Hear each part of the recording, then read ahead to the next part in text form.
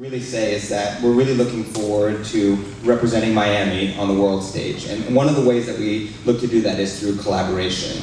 Now, we want to spur partnerships and local collaboration to help grow the culture locally. We also want to collaborate with national artists of all genres of music. We want to make Miami a destination for artists and audiences. And we also want to use collaboration to create new hybrids of musical experiences, almost kind of new genres of music.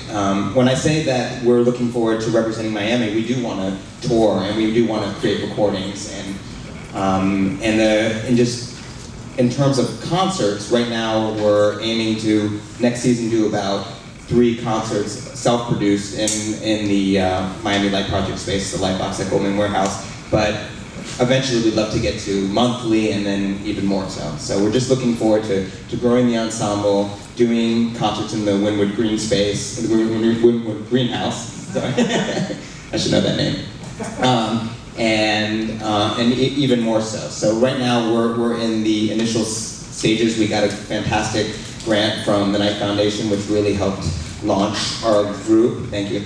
And we had an amazingly successful debut concert in terms of the reaction from not just the audience, but the musicians themselves. Musicians are really excited about having an ensemble of their own that they can help shape. I mean, that's really a big aspect of our group, which is that the musicians are the stars of the group. And we want audiences to come to see specific musicians and say, hey, you have this amazing trumpet player, Craig Morris. I want to go see him play. I want to go see that percussion section. So we're just, we're in the early stages right now, and it's still forming. I mean, we're very clear about our mission, but in terms of developing our concert series and what the ensemble is going to be, I mean, it's the reaction from the debut concert even kind of surprised us, the founders. So we're just really looking forward to see how it develops in every way.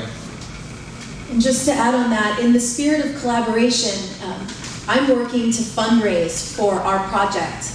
We've become a 501c3 under the umbrella of the Miami Foundation. We've secured a grant from the Knight Foundation, but I'm very confident in our fundraising abilities, not only to create the greenhouse, but to fund all of the partnerships that we intend to host, so that we're a stage, that we're not just going to say, hey, come perform in the greenhouse. We're going to say, please use our home, use this stage. We're going to fill it with people for you. It'll be a free event for the community. We'll do PR for you. We'll get social media for you. And by the way, we're going to write you a check because we believe in your organization. Keep up the amazing work. And so this is an interesting model that we're forming. It's a public-private partnership. And so I think it just reinforces how we're all, how we all really can work together by learning about what people are doing and thinking about creative ways to create a win-win situation. I feel like we're kind of a pioneer doing something new and different, and it's working, and it's fun, and it's become really meaningful to connect with different arts organizations and nonprofits. That's a great segue to, even as you bring up other collaborations, because sometimes we think, hey, I got a partner, and that's it, I'm done. It does not sound this way on either side. So I would like to see how you can bring to light maybe what are some of those other related partnerships that you feel, hey, now that there is funding for the New Deco, it allows us to do this for the New Deco. And now that we have the interests of these people and the ability to reach out to them, these are the people that are backing up. So it actually is working together, but I was wondering, what's the far reach of that between what you guys are doing individually? So again, the idea would be, it's not just one partnership that takes care of the entity, but it's many, it's everybody's responsibility to keep that going. So for example, this evening we're having the big unveiling of the Wynwood Greenhouse. It's a private dinner where we're inviting donors that we've asked for $100,000 and up. We have, I'm not making it. who wants to come? It's an integral part of any cultivation for a capital campaign. And I thought that showcasing talent would be so critical for the donors to see what is our vision. Not just building the structure and talking about community impact, but showing who the partners are So for example, Sam and New Deco Ensemble will be performing at that event tonight, as well as Young Arts, and some fellows from New World Symphony. It's not a formal the New World Symphony is not performing, but fellows are. So for me, it's critical to show off the incredible talent in the city. Now, furthermore, at this dinner, Sam will be strategically placed next to some of the other large donors, because I want nothing more than him to walk away with another win-win situation with a big check for New Deco Ensemble, because these are the people that have the capacity to do so, and I'm a board member for New Deco, and that's my genuine interest. Win-win. Win for us, win for them. In terms of collaboration, being a vehicle for community collaboration is one of the tenets of our mission in connecting artists in Miami to work together. But also, we have a very strong educational component which we're implementing next year, which includes concerts in the South Bay Cultural Center as well as partnerships with different schools. We want to focus on, two of our founders are from Homestead in the South Bay area, and we kind of feel that that's a location that has been traditionally underserved. So for our first concert, we partnered with the Arthur Polly Mays Conservatory of the Arts in Perrine, and we hosted about 30 students from there. I had gone with a couple of members of New Deco Ensemble a few weeks before the concert and prepared them for some side-by-side activities. So we brought about 30 of their students to watch our dress rehearsal, and our film crew, who was filming all of our activities, also went down to Mays to work with they have a great broadcasting program. So not only did we have some of their students participating in some side-by-side activities, we read a student composition from a talented 8th grade composer, and we also had their students being mentored by our film crew filming all the activities. So it's a very multimedia outreach program. So in addition to presenting innovative concert experiences, the educational and community outreach component is really crucial to what we do. So in terms of you're talking about community partnerships, we feel it is the community's responsibility, because we are about Miami and we all are about taking care of the community, and not just in terms of outreach and education, but also spurring the local culture by creating partnerships and commissioning local groups to work with our ensemble. So we do feel it is, we want the community to take us in their arms and support us.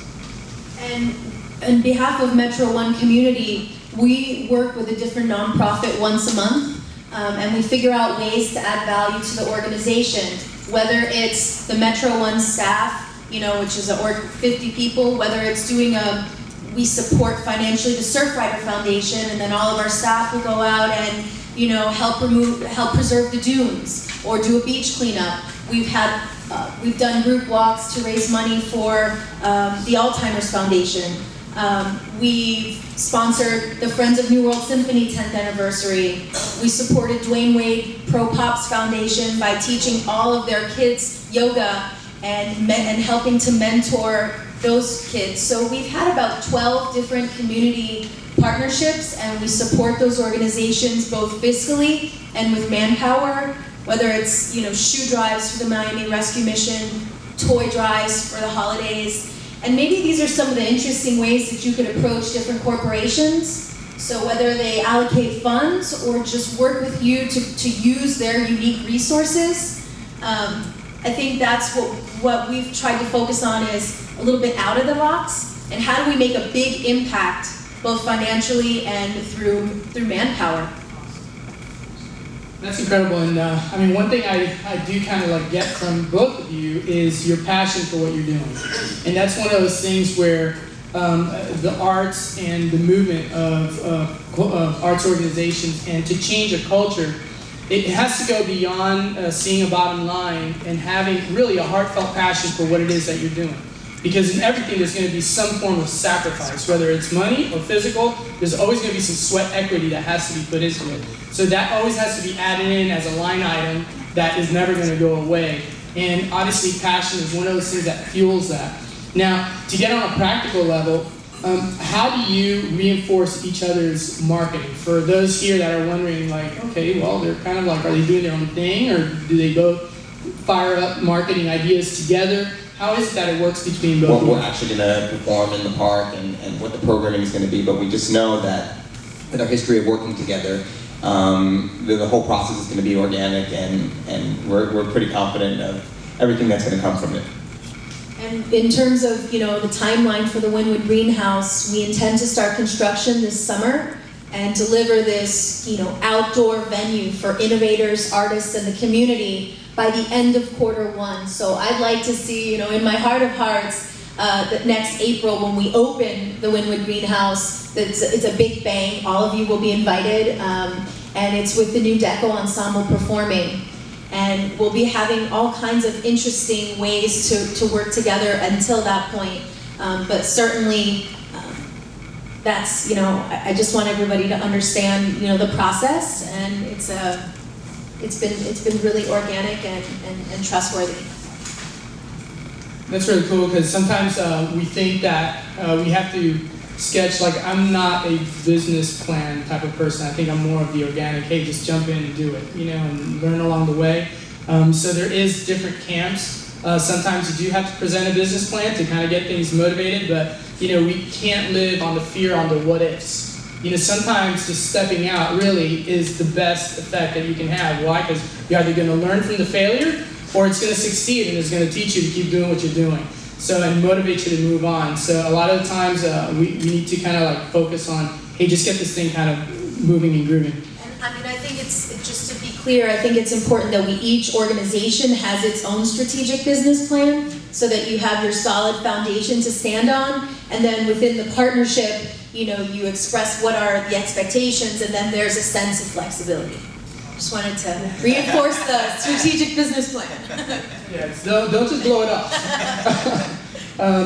Stacey, when you are, aside from this relationship that you have going on now, some of us would want to know, okay, what are kind of pointers that you look at when you're looking at an organization, somebody that you might say, you know what, that sounds like something that we might be either interested in, or it's somebody that we want to go ahead and back up, become involved with. What are some of those? Do you have like certain things that kind of jump out at you that, again, it's not a list of things that we would hold you accountable to, but things that seem to be general that would help us out in terms of like how we would maybe refocus what we're doing to get your attention? Ooh, that's $1 million question. I think relationships account for a lot, because we like to work with people that you feel a genuine trust with. Clearly, if you can describe your mission and know who you are and what you're doing, sometimes financially you can't always say yes. So it's nice to also present two options, like, here's what our programming is for April, here's another program we have for June, and then leave it to the corporation to decide when is the best allocation of their funds. I think timing is really important. But I think that having the spirit of just asking for what you want and what interests you, and not being scared to kind of come back and ask again and touch base, because we're all so busy and we have our own agendas to fulfill. But I think there's nothing wrong with, courteously sharing what your vision is, asking for support, and following up with that. Relationships, certainly in a collaborative state, is what adds the value to it is that what we're doing. So I think it's amazing. I think you hit the nail on the head. That went on my